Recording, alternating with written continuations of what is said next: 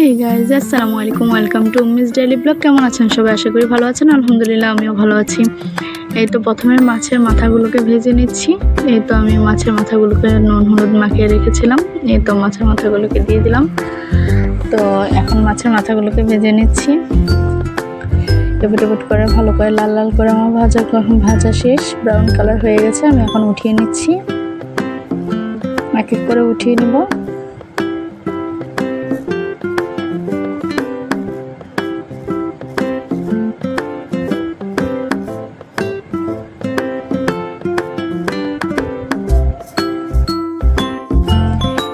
প্রায় আমার এখন আরও যে দুটো মাথা ছিল এক্সট্রা, ওগুলোকে এখন দিয়ে দিব তেলে ফ্রাই করার জন্য।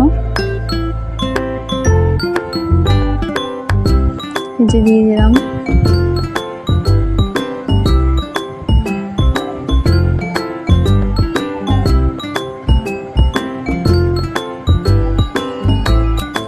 দিয়ে দিলাম। তারপর হচ্ছে এখানে আছে, এখানে এগুলো ভাজা হতে থাক। আর এই যে আগেরগুলো এখানে তুলে রেখেছি। আর এখানে হচ্ছে পেঁয়াজ কুচি করে নিয়েছিলাম, আমি চপ করে নিয়েছিলাম। এইগুলো তেলের মধ্যে ভালো কাঁচা গন্ধ চলে যায়।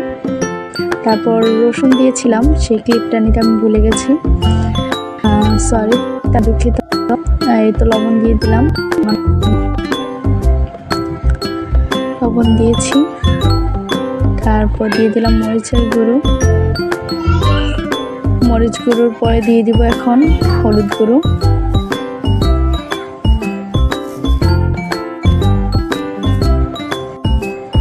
তারপর দিয়ে দিব হচ্ছে এখানে ধনিয়ার গুঁড়ো। তারপর দিয়ে দিলাম হচ্ছে একটু মাছের মশলা, জিরা গুঁড়ো। এগুলোকে ভালো করে মিক্স করে নিচ্ছি। এগুলোকে মশলাটাকে একসাথে কষিয়ে একটু পানি দিয়ে দেব।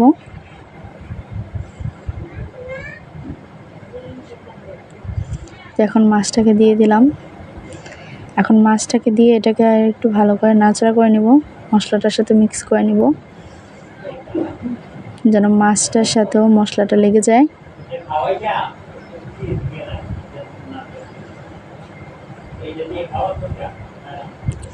তারপর এই যে পানি দিয়ে দিলাম, পরিমাণ মতো পানি দিয়ে ভালো করে নাড়াচাড়া করে নিচ্ছি।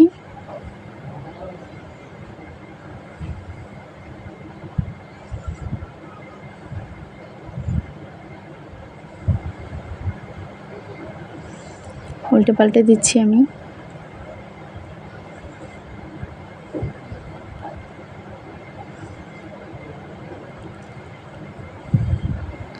এখানে দিয়ে দিলাম কাঁচামরিচ কুচি, না সরি, ফালি।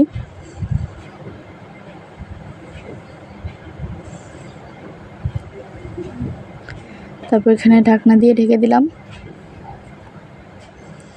তো বলক চলে আসছে।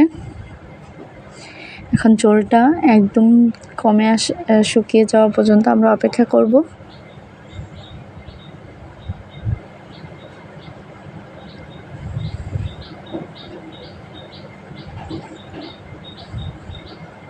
এই যে ধনিয়া পাতা কুচি দিয়ে দিলাম, একটু নাড়াচাড়া করে দেব। দেখতে পাচ্ছেন ঝোলটা গাঢ় হয়ে আসছে, মাখো মাখো হয়ে আসতেছে। এখন আমরা আরও কিছুক্ষণ অপেক্ষা করে তারপর উঠিয়ে নিব।